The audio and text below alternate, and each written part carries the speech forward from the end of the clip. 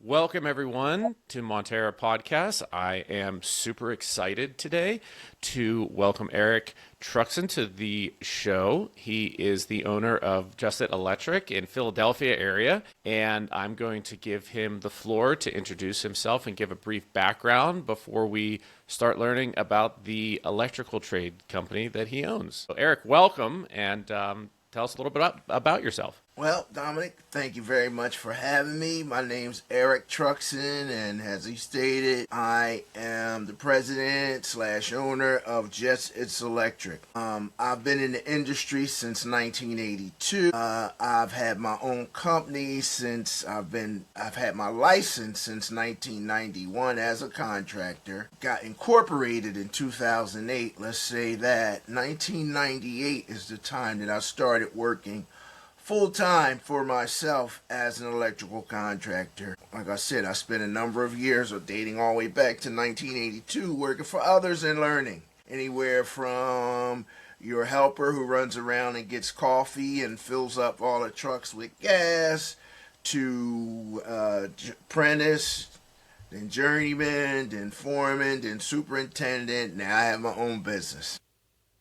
Well, congratulations. I mean, first and foremost, not everyone transitions from, working their way from the bottom to the top and then actually, having the wherewithal to actually start their own business. So I think the audience might like to hear about how it was when you actually started your business. I mean, what kind of questions went through your head? Like, were you like, was there anything that you were like, I'm never going to be able to figure this out? I mean, talk to me a little bit about that. So what I'll say is when I started out kind of like part-time, which was good. So I wasn't too much pressure because I had a pretty good job, and I was working at night and on the weekends and things like that. And it started out from people asking me, "Hey, can you put up this ceiling fan? Hey, can you check this light at my house? Hey, I heard you're an electrician." And I was nothing more than a helper, so it kind of way. I didn't really know what I was doing, but I knew I wanted to do something besides just work for someone else, which is nothing wrong with. Never have any doubts that I learned a lot every company that I worked for, but I just knew that I wanted a little bit more. So I was like the young ladies who have 1 foot in and 1 foot out when they're getting ready to jump into the jump rope and dut. And that's what I actually did until 1998. I decided to put both feet in. Nice. Well, that's good. That's awesome to hear. So let's talk a little bit about those early years, I guess, and how you were able to grow the company. So what avenues did you explore? What resources did you utilize in order to kind of get the company up and off the ground and moving in the right direction? So what I will say is I started out doing a lot of residential work. I still kind of do it, but what I did is I tied on to two things. One was a GC or general contractor, and with that, I got a lot of work from them. Even if it was a small job, it was just consistent. I really didn't do much marketing or anything like that. I tied into one, a GC, and then I tied into another one, a CDC, Community Development Corporation. Name of it was PHDC, and they gave me a large contract doing a lot of residential repairs. And that's what got me along with the business working out. Now, over the years, I had a lot of experience doing commercial work, so I was doing commercial stuff, but not as prevalent.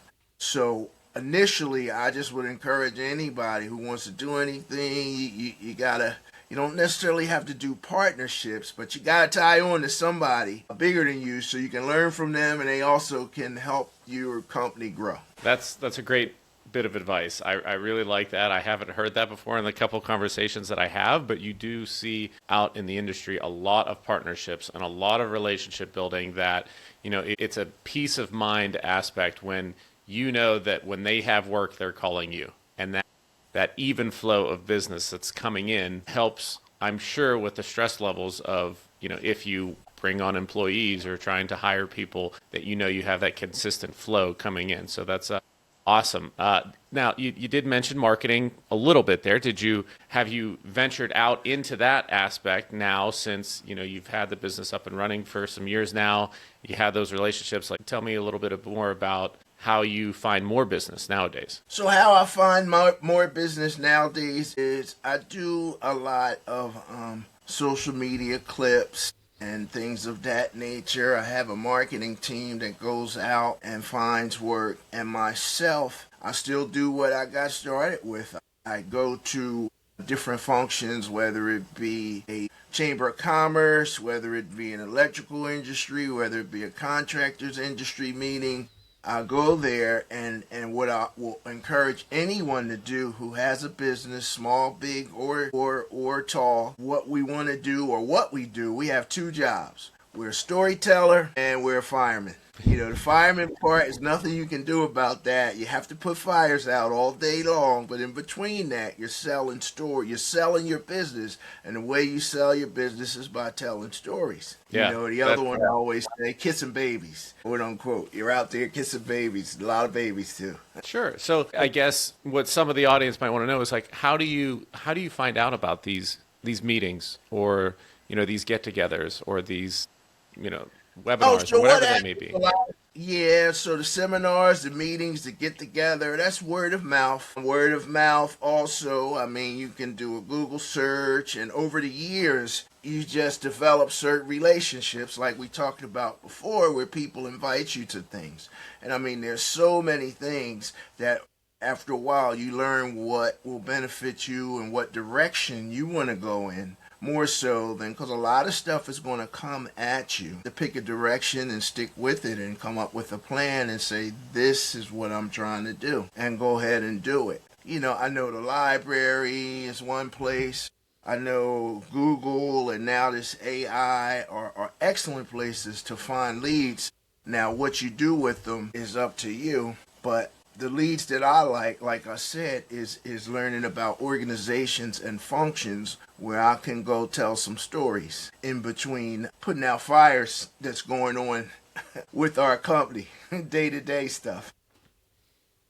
So that's where the primary focus is, where you try to gather new business in your mind. Yes, yes, Nice. but with that, you got to make sure that you have good people or trustworthy people in place so that you can do that because you still have to have the day to day run. Yep. There's only so one of my mottos always if I only had a 32-hour day. But I don't. We only have a 24-hour day, so we got to figure out a way to make the best of, I guess, 12 of those hours because you got to get some sleep too.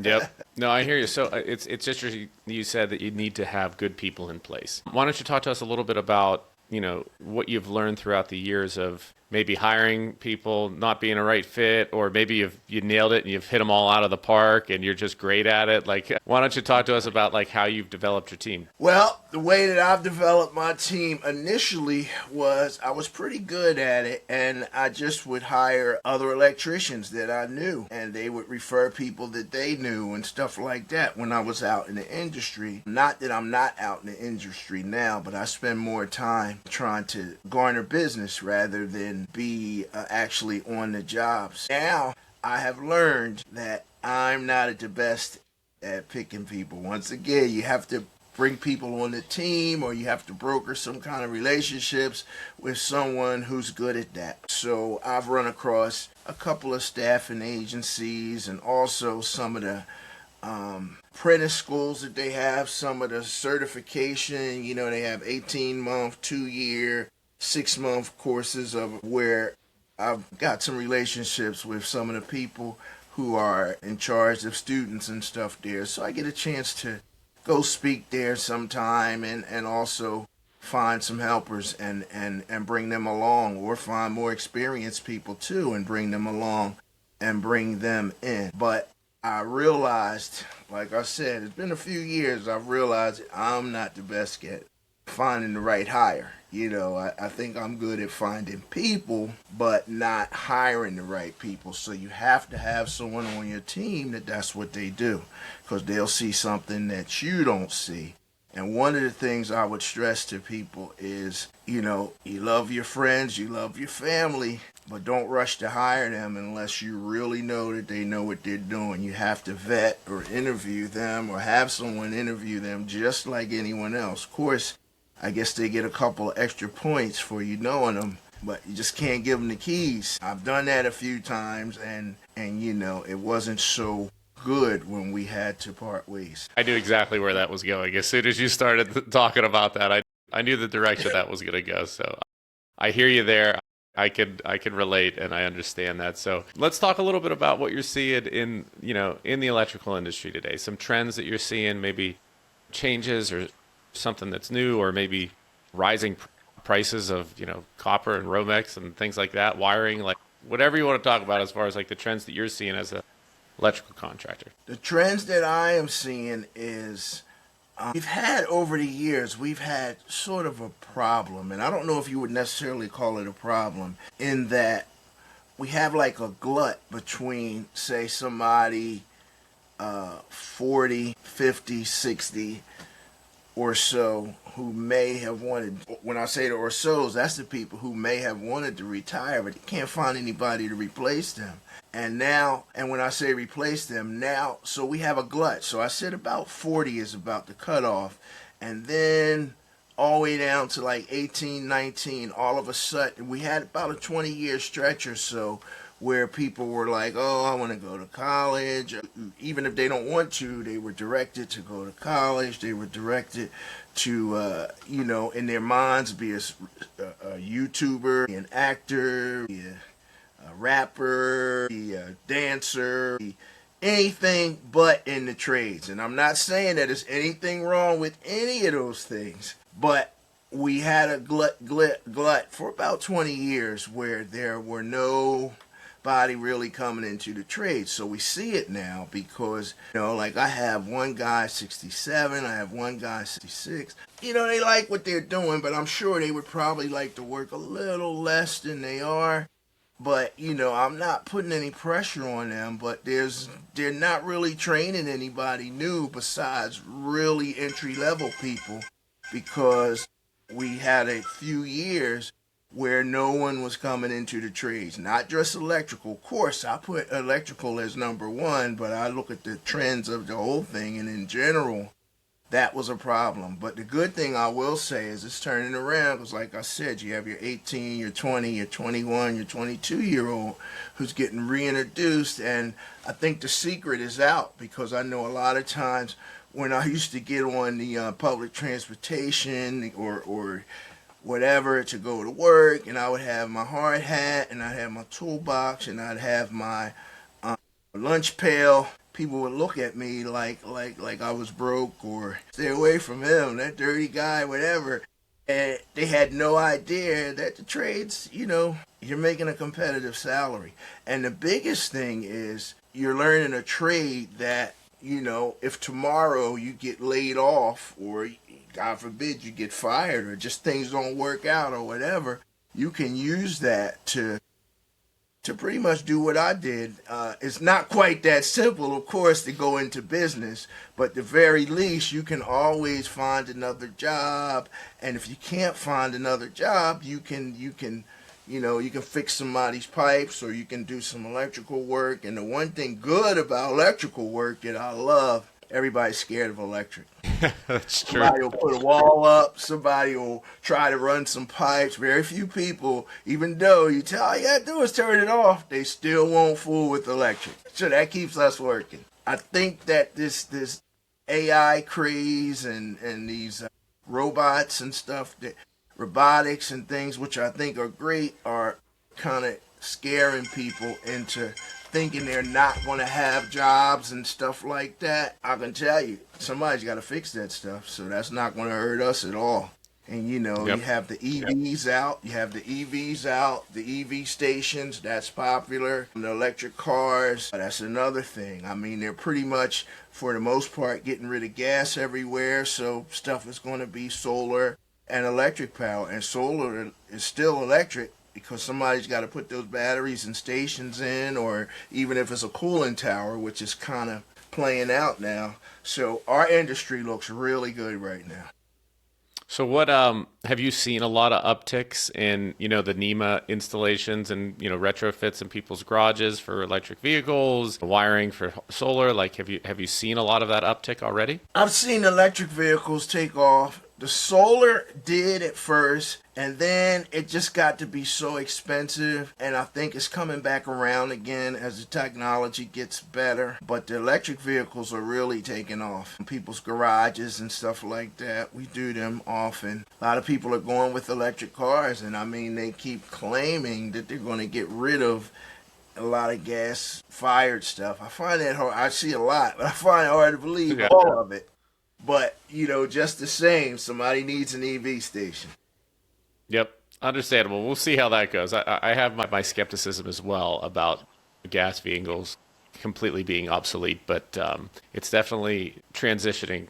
You can see it day to day, every time you're out on the road. So understandable. We'll have to keep our eyes open for that. So let's talk. Let's switch gears. Let's talk about challenges for the business, for electricians. What are you seeing and witnessing today? So, the challenges as a business owner right now, although there is a transition where we're getting more people interested in the trades, they're interested and they're learning. They're not that far along. So we have a issue, which all the trades do, because I talk to guys all the time in all trades, of not having quality human resources just yet. Everybody wants to be, and somebody has a nephew who's in their basement eating up all their food, not working. They send them to me, figuring, I said, well, I can't make an electrician of a person who doesn't want to get up every day. Yeah. Not saying I could make an electrician anyway, but I mean, those are far and few between. But I just think that we had such a long time where people were pushing away from the trades that it's going to take a little bit of time to get more quality people. But I mean, you have a glut of helpers, but I mean, they can't teach themselves. Yep. A lot of hands, not a lot of skilled hands is what I'm hearing. Yep. So, I mean, what do you think you can do to help resolve that? Well, one of the things that I do as an individual, my passion besides just being an electrician, is I just spend time. I'll speak at different places and stuff like that, at a church, at a CDC, at one of these meetings that I was talking about I go to promote things. And I just talk to people about owning their own business. And not so much you have to own it, but I just like to educate them on what we go through, and that gives them a different perspective and understanding of, number one, the majority of people in the country, which people don't know, are employed by small businesses, work for small businesses, so they are a part of it. And number two, just some of the trials and tribulations we go through when they want to call me up and say they Googled and it says an electrician in Philadelphia makes $130 an hour or something like that. I explain to them, that's the whole package. That includes everything. That's not you. Yeah, you're not there yet. Nobody. I don't make that, and I have a whole. But I mean, it's good that they have research and all. But I just feel that we have to educate people on the trades, and of course, electric is always my top priority. And one of the things that we do actually is, as a company, well, really it's me, but in the name of the company. Every year we have a scholarship that we give. We raise money and then I match it, and if it's a small amount, then I'll add to it, and we'll give out anywhere from 1 to 3 scholarships. And the winner basically is a full-time student. They have to have at least a 2.6 average, which is not that bad, and they just have to write an essay on what owning a business means to them, and the best essays win. So That's fantastic. It's a big thing to me, and I just think that, with education, no matter what level it is, people get an understanding and they do not a little better, but they just do more when they understand what's going on. Yep. I mean, that's fantastic to hear, supporting the youth and the kids that are trying to get these educations or potentially just learn a trade. I think that's great, and I'm glad that you're giving back to the community. That's something that not everyone is willing to do. So kudos to you on that. So with all this being said, where do you see you taking your company here in the next 6 to 12 months? Are we trying to grow? Are we content where we're at? What do you see here in the future? So it's a slippery slope. How can I say? So what I see for my company is we're definitely trying to grow, and we are growing. And what I will say is a slip. When I say it's a slippery slope, there's two ways for a company to fail: either to not grow or grow too fast. So you got to be somewhere in the middle, and the way you do that, like I said, you tie in with certain people who that's what they do. So you make sure you have the right people around you to make sure that you do that. But in the next 6 to 12 months, I'm looking to grow. Definitely, we're looking to grow. Our one thing that we started during the pandemic, it's been kind of slow, but it's starting to pick up. You have all these people who are working from home now, and it looks like your office is bright, my office is bright. Most of them, you come over their house, it's all dim, and wait a minute, be quiet because I'm at work. And I'm like, you can't even see. How are you working in here? So what we have done is we offer a package where we come out and inspect your home office and give you some pointers on what you need to do and upgrade it if you like, and if not, you don't. So that's a big thing to me too, because I just know from experience that the right environment gives more production. Also, it's easy on your eyes, because people without the right lighting and stuff like that, they're on a computer screen all day, get headaches, you don't be as productive. So that's one of the things we do on growing, and the EV stations have taken off as well. So we're always looking to grow, and like I said, I brought on a marketing team, and every once in a while with this AI, I like to fool around and make up some stuff and send it over to them and say, use this, I like this. And then they say, that looks horrible, Eric. What were you thinking about? So you always got to tie yourself into people who know what they're doing. Who or I guess what's your marketing team doing for you? Why don't you talk a little bit about that so people can So understand what like they're kind of what you doing utilize them basically, for? well, I utilize them for social media, and I guess they do a CRM chart. I meet with them a couple times. Well, no, a couple times, once a week, and they go over the chart and tell me what's going and what's cooking and where I should concentrate on. And they find wonderful podcasts like this for me to talk about our Nice. business and expand it as well. So when they do your content, are they just posting for you guys, or are they like are you running any ads or like anything like that? I'm just curious. They're posting for us now. Since this social Nice. media frenzy has taken off, I've sort of started doing a little social media a little more than the ads. I did ads a few times over the years, but now I think the social media has it's been panning out, and it's not as expensive either. Yep. I'm not global, I'm not national or anything like that. So locally, I think the social media is good and directing me where to go and tell the story. Awesome. Well, I mean, that's great. I think that's good insight to see how, you've explored different avenues on the marketing front. You can't just say, "Hey, I'm going to do this and this is going to work." Like you have to be able to pivot. You have to be able to understand what your market is looking for, what's successful, and what is like truly driving business to you so that you can employ all those employees that you have and keep them busy and keep that workflow coming in. So, One thing I will say too is, which I didn't touch on. I'm surprised because I always touch on that, even if I'm talking to an individual during an interview or something. Don't pick something just for the money. I've been doing this for over 40 years. If all I picked it for the money, I would not have been doing this for over 40 years. I enjoy doing it. So when I say I'm not in the field, I'm not in the field as much because I don't really have the time. But I love doing a service. I love going inside a transformer. I love even putting two wires together and changing a switch, and I've loved that since I was a kid. So, I didn't quite know what I was looking at when I was a kid, but I was always like, Mommy, look at that. What are they doing? And the telephone guy, the guy up on the pole and the big truck. So I just say that whatever you choose to do, especially if you're going to be a business owner with all the responsibility and trial and tribulations, you gotta like what you're doing, or money will come. I mean, I think so well said. I can personally think back to a couple positions that I've had over the years that it was a struggle to get up in the morning, and when you truly find something that you care about, like that's what gives you the energy. It gives you the motivation. It's what gets you up and gets you excited every day and helps you ultimately, I think, produce better as well. So I think that's a great place to end.